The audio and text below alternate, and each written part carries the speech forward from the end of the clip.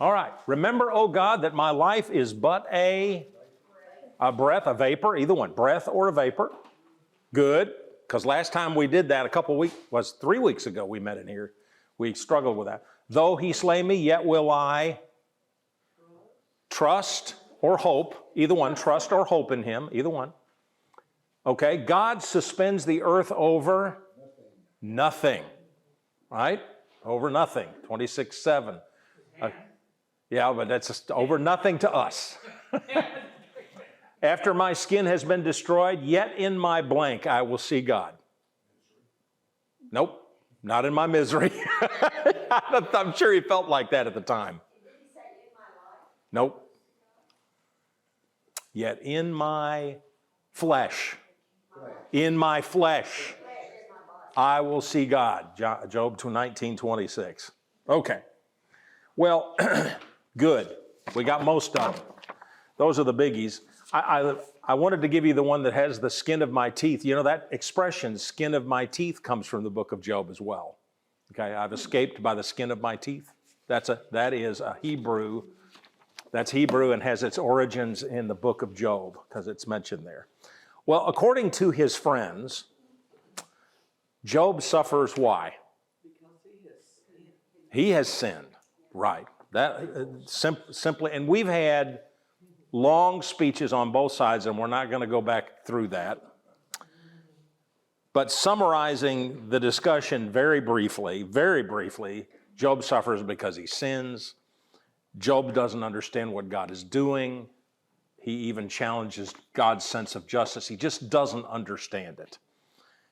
His friends tell him God is never unjust and you have to be a sinner, and they came up with some sins that he must have committed. Job answers, he says, I'm not evil, I'm not bad. It says he maintained his righteousness in his own eyes, but he didn't understand what God was doing either. And his friend says, well, you don't know because you can't know God really, okay? And then Job said, well, I want God to come and explain it to me, okay? I have some questions I'd like to put to him, and so I want him to explain this, why he's treating me like this. And then his friends answer him by saying blah, blah, blah, blah, blah, blah, blah, same old, same old, same old, okay? Now, I want to tell you a story before we actually get into this. I want to tell you a story.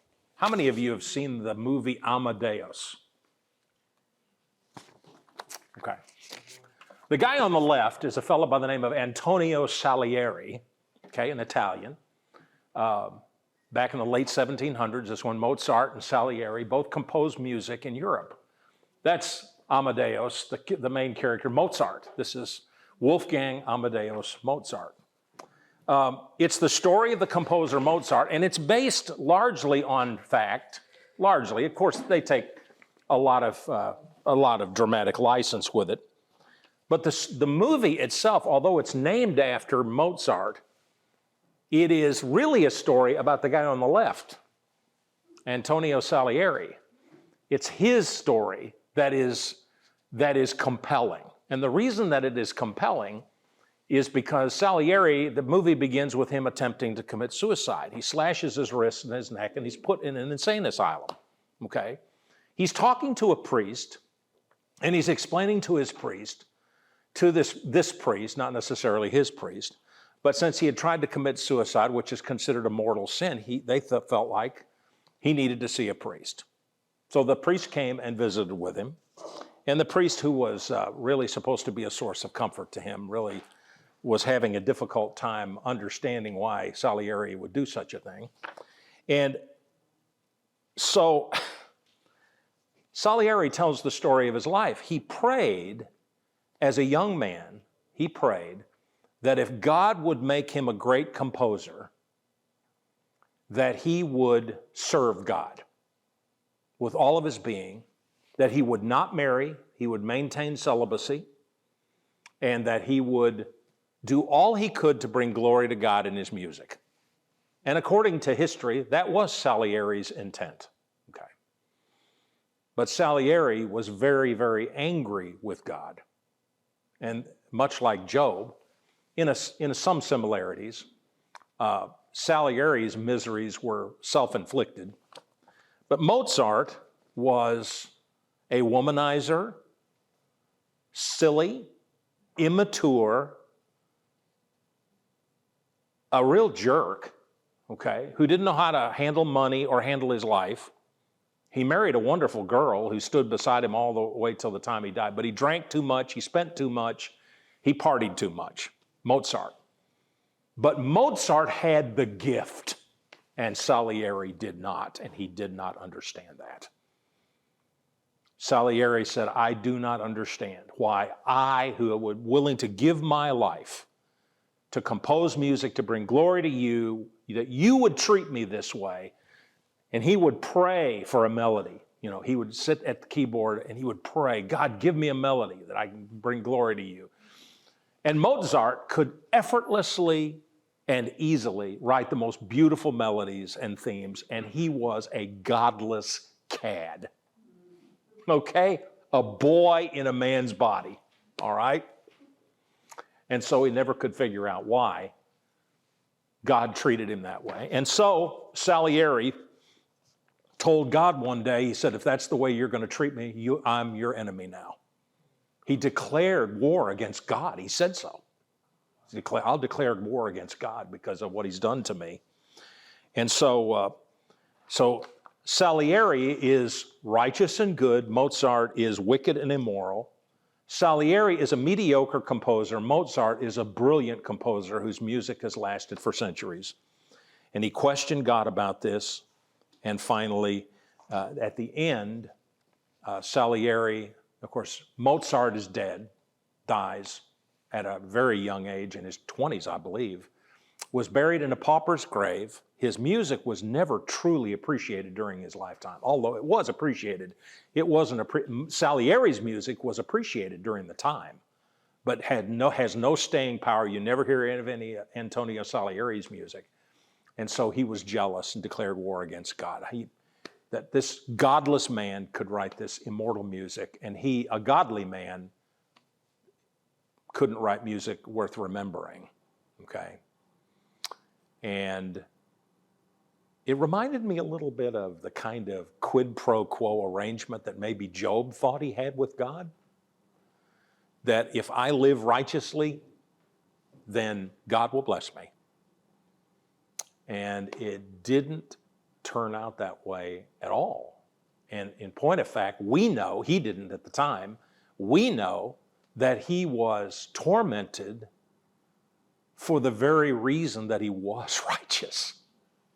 Yes, Joyce. I think that Job had always leaned over backwards to be righteous. I mean, he did all kinds of good things because Yeah. in there some of the things that he had done. Yes. And he mentions it himself, and I believe him. And I don't see him, I don't equate him quite with this guy's person. No, they're different. They're different.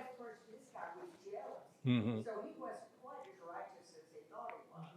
He was trying, what Salieri was trying to do was to strike a deal with God that I will serve you if you will help me be great. God doesn't make that kind of. No, he does not. Now, Job was blessed because God was blessing him, obviously, and he was a righteous man. Job must have come to expect something like this because Job never did understand why he suffered. The Old Testament kind of says that. Mm-hmm. You will serve God, you will be blessed. The Proverbs say it over and Over over. and over again. Yeah, the wicked perish and the righteous live on. Right. Yeah, his whole culture believed that. So, Sure. I mean, so of course he's going to believe it. Yeah. And there's a good number of Christian believers today that believe that if you're righteous, God will hold you in high favor. God will favor you. Give us your money. Give us your money. Exactly. Yeah, especially give us your money so we can give you some money, so we can earn some money from God for that. So, yeah, well, take a check, right? Amen to that. Well, then, okay, can you remember the three guys? Do you remember their names? This is trivial, but no. No, Eliphaz, Zophar, Bildad. I can always remember Bildad because he's a Shuhite. Okay, right. And Zophar. Okay. Eliphaz was probably the most articulate of the three. He spoke the most lengthy addresses, and I think was the kindest of the three, and that's not saying much, okay? Bildad was short. Zophar was ferocious. Zophar was very hard. And they all basically made the same arguments over and over and over, that Job was an unrighteous guy. Then enters Elihu in chapter 32, and we're going to cover his speech briefly, okay? And the reason I'm not going to spend a lot of time on the content of his speech is simply because he restates pretty much what everybody else has said already, okay? I would encourage you to read it. It's chapters 32 through 37, and you're welcome to read it. I urge you to read it. And you will read pretty much the same things that you've been reading from Eliphaz, Bildad, and Zophar. However, I don't know. I'm just going to let you read. Let's just read some of what he says here. We're going to look at the entire chapter of Job 32, okay? I said I wasn't going to go over it, but the chapter 32 tells you, now remember, the arguments are pretty much the same. But what I want you to note is Elihu's attitude. His attitude is different because he's a different kind of a guy, all right? I get the feeling he's a kid, young person. And he's a smart aleck. Let me unfold that. Let's unravel that. We'll unpack the idea of him being a smart aleck, okay? So these three men, I'm going to start with verse 1. and we'll stop periodically here, and stop me if there's something you want to say to illuminate the text or otherwise. I'll be stopping numerous times as we go through this. So these three men, that's Eliphaz, Bildad, and Zophar, these three men stopped answering Job because he was righteous in his own eyes. Okay? That sounds arrogant, but I don't think the translation does it justice. I think what Job, he was defending his own righteousness. That I am not an evil man. I do serve God. I love God. That's what is mentioned. He says over and over, I don't understand why I'm suffering. I think that's the difference, that he was defending, not saying, hey, look, I'm righteous. Right. That's not what he was saying here. Right. That's not what he was saying. I'm thinking maybe they were taking it that way. Right. I'm sure they were, Noel, because they kept coming back at him. They kept dogging him about it. So he said he was righteous in his own eyes. But Elihu, son of Barachel the Buzite, of the family of Ram, became very angry with Job for justifying himself rather than God. Okay, just a quick note here. Before we get too far along, he gets the longest introduction of any of the speakers. We know more about his resume or what family he's from. Okay? He is the son of Barachel. We don't know who Barachel is, but we do know who Buzz is. Okay? I knew a Buzz once in Harrison, but it's not the same guy. This is a single Z. Not the same guy. Yeah. This one, he's a Buzzite. This is Uzz's brother, maybe. Okay, I'm saying maybe. But we're going to look at this. He's Uzz's brother, and that would have made him a nephew. Buzz would have been a nephew of Abraham. Okay? You can read all about it in Genesis 22:21. If that's the same guy, could be, and we did some of at our first class, if you'll remember, we kind of placed Job in the patriarchal age, okay? Maybe around the time of Abraham, Isaac, Jacob, and Edom, Esau in that area, okay? In fact, we placed these three guys, the first three, as probably Edomites, descendants of Esau, and maybe close to around that time, maybe sons or grandsons of Esau. So we're talking about very ancient times. The family of Ram. We absolutely, if this is the same guy, we have Ram. He is 5 times the grandfather of David. He's mentioned in Matthew 1:4 in the genealogies of Jesus, Ram. He would be the great, great, great, great, great grandfather of David the king. All right? Which would have made him the grandson or the great-grandson of Judah, one of the sons of Jacob. Okay? So this guy's got a pretty good pedigree. Okay? And he's not Edomite, is he? He's from Abraham's people. If this is the same bunch, he's from Abraham's people, and he's also from Judah's people who are in the line. Ram is in the line of the Messiah, Jesus. In Matthew 1, verse 4, Ram is mentioned. Okay? So he's one of the chosen people. Whereas the other 3 guys, we're not so sure about. They're probably Edomites. So Elihu is different in that way. Maybe this has something to do with his willingness to so openly speak and so authoritatively about things of which he probably had no immediate knowledge because he was too young. Okay? But anyway, that's speculation, but possible. Okay? It's very possible that he is, and probably is a Jew, is a descendant of Abraham. Okay? Whereas the other ones would have been through Edom, through Esau. He comes through Judah, through the Messianic line. Now understand, at the time that Job was written, they didn't know that was a Messianic line. We know it now, okay? But they didn't know it then. But this is a royal family. This is a royal family. He would have been, an earl or a duke or something, if he'd been an English royalty. So anyway, let's keep going. Verse 3, he was also angry with the 3 friends because they had found no way to refute Job and yet had condemned him. Yeah. Well, I don't think this is, I think he was, I don't think that's the intention of that verse. I think, Joyce, it was more like, okay, you've condemned him, but you haven't brought a good enough argument.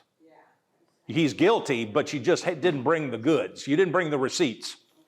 Okay? Yeah, right. 34 counts, whatever. Yeah. Anyway, yeah. Okay, so he was angry with his 3 friends. They didn't find a way to condemn him. But verse 4, now Elihu had waited before speaking to Job because they were older than he. But when he saw that the 3 men had nothing more to say, his anger was aroused. He's just mad because they didn't make their case. Okay? He's really angry that they didn't make their case. He thought they had a case. So that's the assumption, Joyce, is that he had a case. They had a case, but they didn't make it very well. And he's angry about that. Okay? He also thinks God needs to be defended. Okay? He thinks these guys did a poor job of defending God's honor. They couldn't refute Job's unrighteousness, yet they condemned him. They had, if they're not going to bring the goods, the real charges and some evidence, then they condemned him unfairly. So why did Elihu wait to speak at the end? Yeah, he's younger. He's a kid, okay, young man. And what angered him even more and brought about his opening of the mouth was that they had nothing more to say. Nothing like silence to get a fool to open his mouth. Okay? Okay. Now, let's keep going. So Elihu, son of Barachel, son of the Buzite, said, I'm young in years and you are old. That's why I was fearful, not daring to tell you what I know. Huh? I thought age should speak, advanced years should teach wisdom, but it is the Spirit in a person, the breath of the Almighty that gives them understanding. It's not only the old who are wise, not only the aged who understand what is right.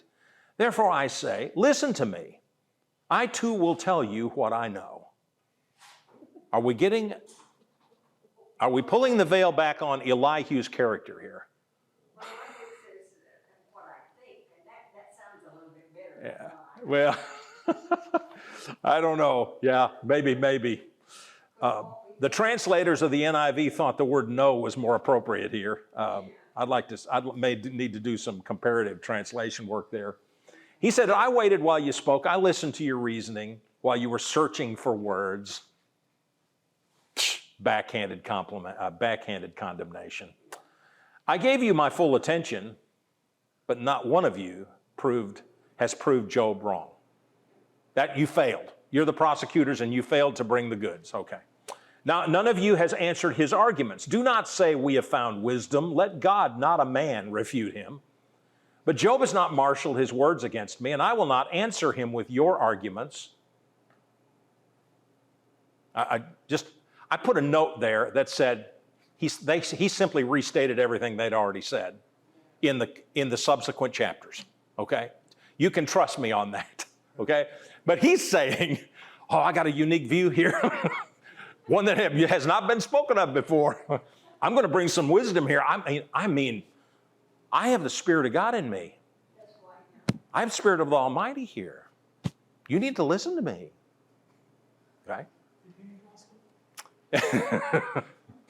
Must I wait? Now that they are silent, now that they stand there with no reply, I too will have my say. I too will tell what I know. For I am full of words, and the Spirit within me compels me. Beware of anyone who says they're full of words. Okay? All right. Inside, I'm like bottled up wine, like new wine skins ready to burst. I would laugh at this guy. This guy. And maybe they did. Maybe they went, can you let us get a load of this guy? Listen to him. One Tremper Longman, who is a well-known biblical commentator on the Old Testament, suggests that Elihu is the ultimate buffoon. That he's the ultimate buffoon. Okay? That Elihu is not smart at all. He's just smarting off. Okay? He says the same thing while saying, no, what I'm giving you is unique. Okay. I must speak and find relief. I must open my lips and reply. I will show no partiality, nor will I flatter anyone, for if I were skilled in flattery, my Maker would soon take me away. And then at the end he says, but now, Job, listen to my words. Pay attention to everything I say. Did you notice how many times Elihu encourages them to listen to him? He's losing them, isn't he? He's losing them.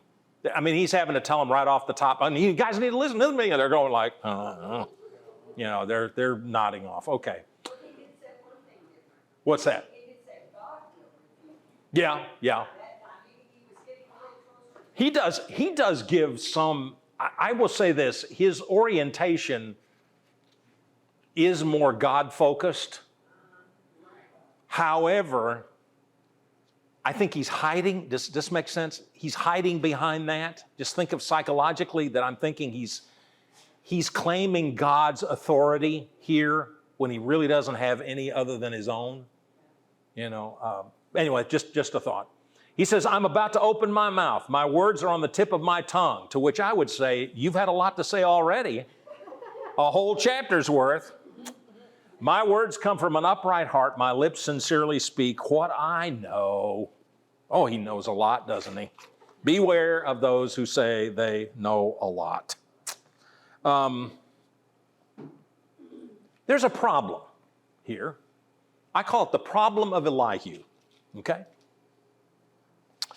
Why is he even in this story? I mean, I'm not questioning the text. I'm asking the question because I want to honestly know why God wanted this in the story. It's the same arguments with a youthful guy who thinks he knows everything. Okay? He makes the same arguments that the older fellows do, who are the friends of Job. It says nowhere that Elihu is a friend of Job. Okay? Elihu, to me, is probably a stranger. He's just in for the theological discussion. He hears this and he says, I've been standing by and listening to you. So he's not really as interested in Job as he is in the discussion. And what's sad about Job, I really need to write a dissertation about this as a counselor, a psychologist, or somebody who studies mental health and other things.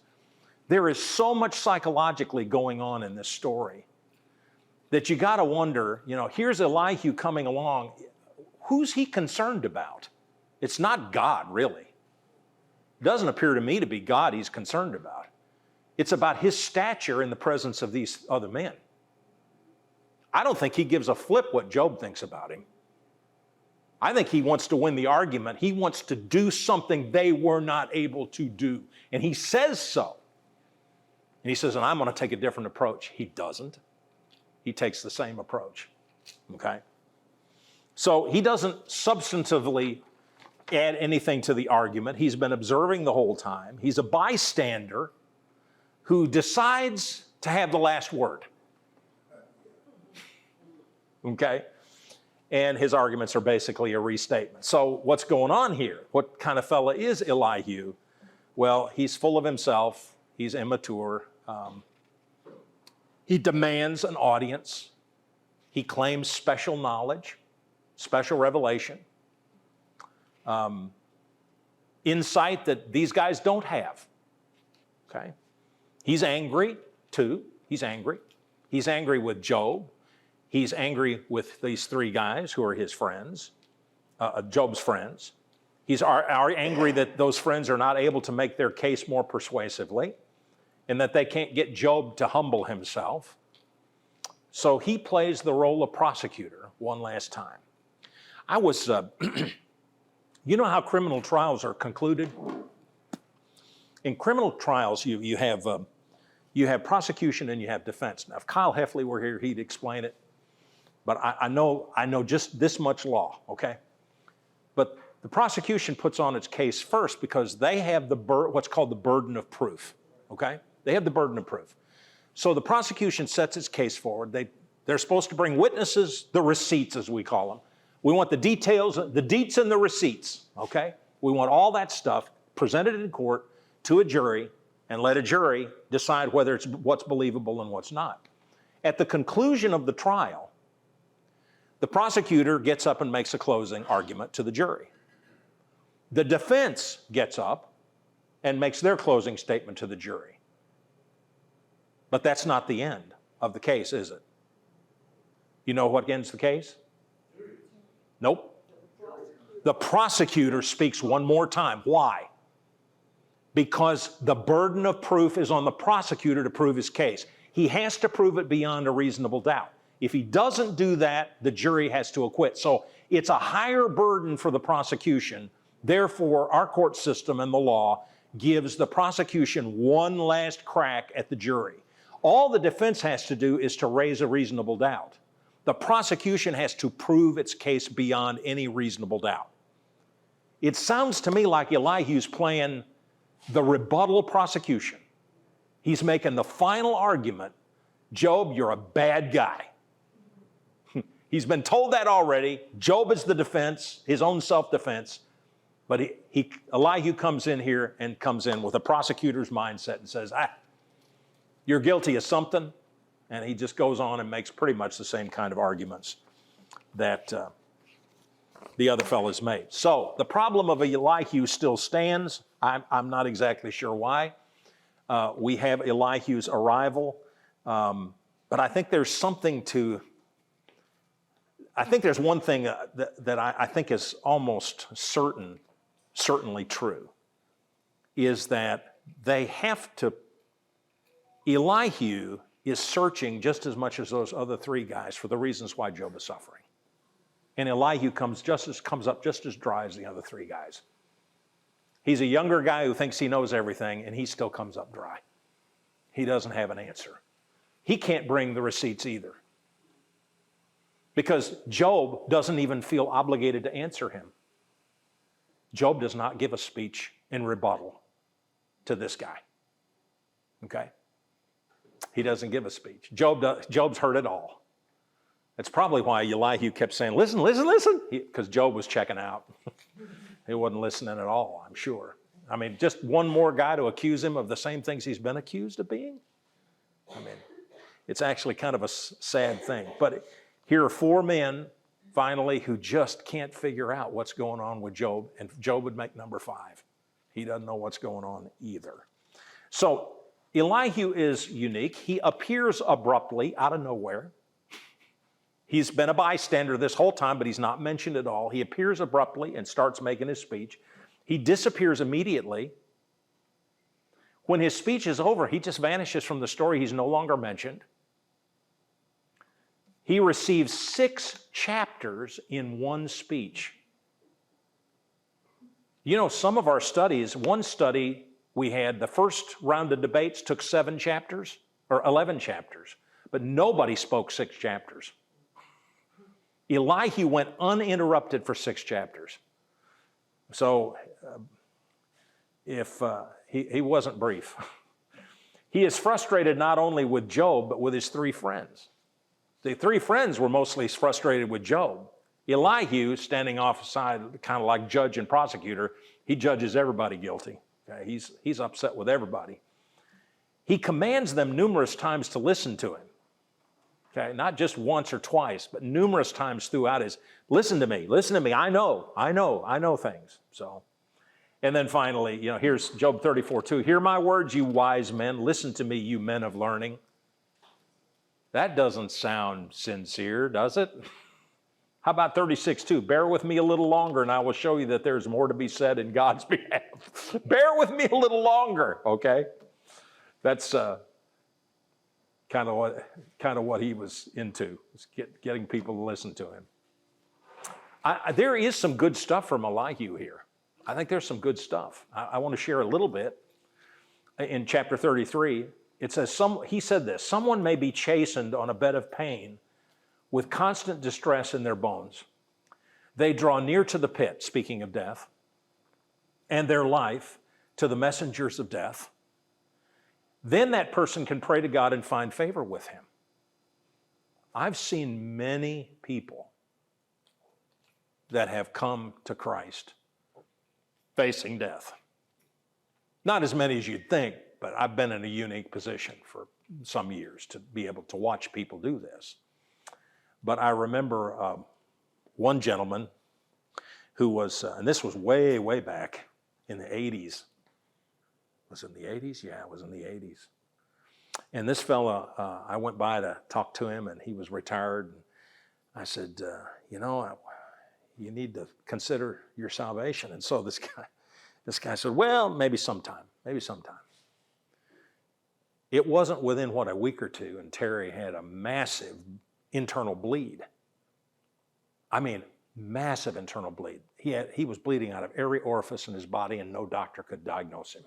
He went to St. Bernard's Hospital in Jonesboro, and the doctor did an exploratory, and if you know anything about doctors and exploratory, we just don't do much exploratory surgery anymore. You scan 100 times, but this was an emergency. They had to find out what's going on with this guy. So they got into him. They plugged as many holes as they could find. They closed him up, and when the doctor went out to the wife and said, I plugged up all the holes I could find, but doesn't account for all the bleeding everywhere else. No, they said he won't live through the night. Well, he got better the next day. Within a week or 2, I went back to his home. It's interesting how interested now he was in salvation. I went back, he obeyed the gospel, a few weeks after that. He and his wife both. I remember he was still hooked up to tubes, and he had all kinds of tubes and IVs in him, ports that had been installed in him. And the doctor had said, I really don't want you getting any of that wet. And he said, I don't care. He said, we'll just tape them all up and I'm going. And I baptized him that night in Monette, Arkansas. Now, that guy and his family, his wife was converted. His son and his wife was converted. Their kids were converted. Became extremely active in the church. Never would have thunk it. But that's just what Elihu said here, for all of his you know, all of his arrogance. He's right about this. We've seen this. We know the people that will do this. You just draw them close to the pit and let them stare down into it. And many, many, many of them will say, yes, yeah, I'm ready now. Whereas he was ready to delay before, he was not after that incident happened. Here's some more good stuff. Job says there is no profit in trying to please God. The reason I put this down here is that in itself is not a true statement, but what it says, it's the heart of the matter. It's what Job is about. Job believes that there is profit in serving God. I mean, profit, earthly profit in serving God. He's lived a righteous life and God's blessed him. So there was a profit there. I call it the quid pro quo, okay? I've said that the whole time. That there was kind of an unspoken quid pro quo deal with God that if I will live righteously, you will bless me. And Elihu, he just slams down on this. He does. What is it? A broken clock is right twice a day. Elihu was right on this one. Okay, he hit the point. All right, he got it. He bumped into it. He said, Job says there's no profit in trying to please God, because that was the issue.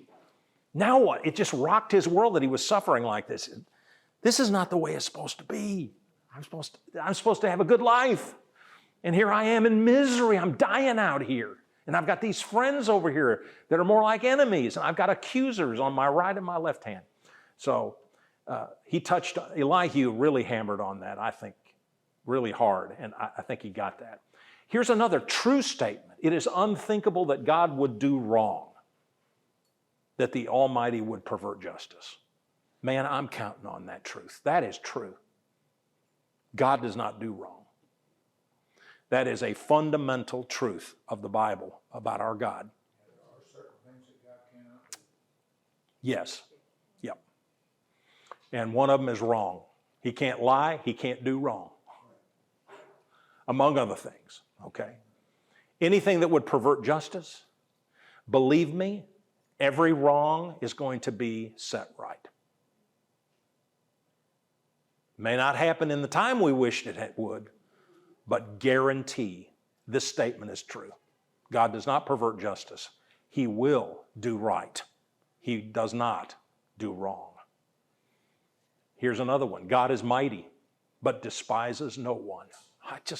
That's an insightful statement, okay? That's a great statement. This is, again, Elihu talking about God now, and I think he's right on target here. He is mighty and firm in his purpose. Elihu has no idea how close he is to right here. God did have a purpose for this. Of course, Job and the other three guys had no idea. Elihu didn't know either. He just kind of bumped into this truth.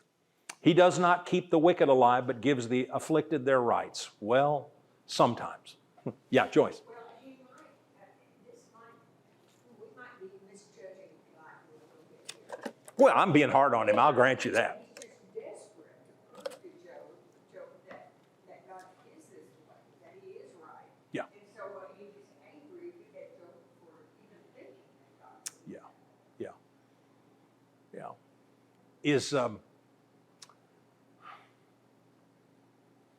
Is it? It was a smart alecky approach, wasn't it? And a bit buffoonish. I think buffoonish in his approach. Yeah, his idea that I know things and you don't. But even with all of that arrogance, he said some things that were so crystal clear true. I want to be fair with Elihu here. It wasn't all baloney, okay? It wasn't all baloney. He had these moments of great insight. Are there times when it's not helpful to defend God? When? Well, this is one of them. When a person is suffering so horribly? Right, exactly. Yeah. Because poor Job, I mean, he knew he hadn't done anything wrong. And they weren't able to prove that he had done anything wrong. They just supposed that he had, because they had always been taught that if you do right, God's going to reward you. Okay. He has to be asking himself, is there something more Yeah. He had to go back through and inventory his life, didn't he? He had to. Yeah. I think there's, if you read carefully chapter by chapter, his answers, he was inventorying his life. He was quite open with his friends about it, but he was one of the few guys in the whole world that could go inventory almost every area of his life and say, I don't really have a problem with this. Yeah, wished I was as good a man as Job. You know, seriously, he was a very good man. Very good man, very devoted man. Like, okay, defending God's honor. I'm going to give you a statement, and I want to get your reaction to it. Okay? When something bad happens to someone, and the statement is made, well, everything happens for a reason. How does that strike you? And why is that right or wrong? Is it right? Is it wrong? What and how? It's wrong? Okay. I do think everything happens for a reason, but to say that to the person who is suffering, it is not a comfort. No, it is not. And like, when they are suffering, they need comfort Yeah. and love and acceptance. Right. Rather than judgment. Okay, I don't think everything happens for a reason. Sometimes things just happen. But when bad things happen, it is a good opportunity for Christians or whoever else to step in and take care of the person that's suffering. I don't think that the tornado happened, you know. Okay, good example. It's just We a just bad had- act of nature. Well, did this happen for a reason? No, it didn't. It just happened. Well, a cold front came through. Yes. The tornado did not happen for a reason except for weather stuff. But it gave the Christians here an opportunity to serve and to bring glory to God Yes. through our service. Yes. It didn't happen because the people whose houses got were not bad, Okay. or you know, Okay, they just happened. okay. Well, God himself explains that business about guiding the storm. Give us 5 minutes. We're almost done. I think it's very, Okay, okay, okay. There's a, he tells you how he guides the storm. There is a yes, reason for that. there are sometimes reasons. He does. There may be a lot of reasons that we don't know about, because they're God's reasons. Okay, okay. It's kind of like the disciples when they asked Jesus, why was this man born blind? Is it because of the sins of his parents? Right. No. He said no. No. That's right. For the glory of God. That's right. For the glory of God. But when they say, well, everything what happens for a reason, I want to pop them. Yes, yes. Yeah, that is just, That's- just not those are not words of comfort to someone No, suffering. no. It might even be more difficult if someone who honestly believes, well, God is allowing this to happen to you. That'd be terrible. I mean, that would be horrible. I mean, that's not defending God's honor. Well, God always has a plan. Okay. I don't know how comforting and pastoral that is in a time of crisis. Say God has a plan. Sometimes, like in times of persecution, though, where Christians are being persecuted, where it's obviously something that God said would happen, that Christians would be persecuted, we could say, well, this is what God said. He said we would be persecuted. You know, that's I think it's appropriate then to say we're receiving persecution, which is what God said the righteous would suffer in Christ. You know, so you have that issue as well. It's hard to say. I think it's most of the time, and I've catch myself doing this, defending God's honor, you know, as if God needs me to defend His honor. You know, when someone lashes out, God's letting this happen to me, and I want to rush in and defend God. No, you were going to say something?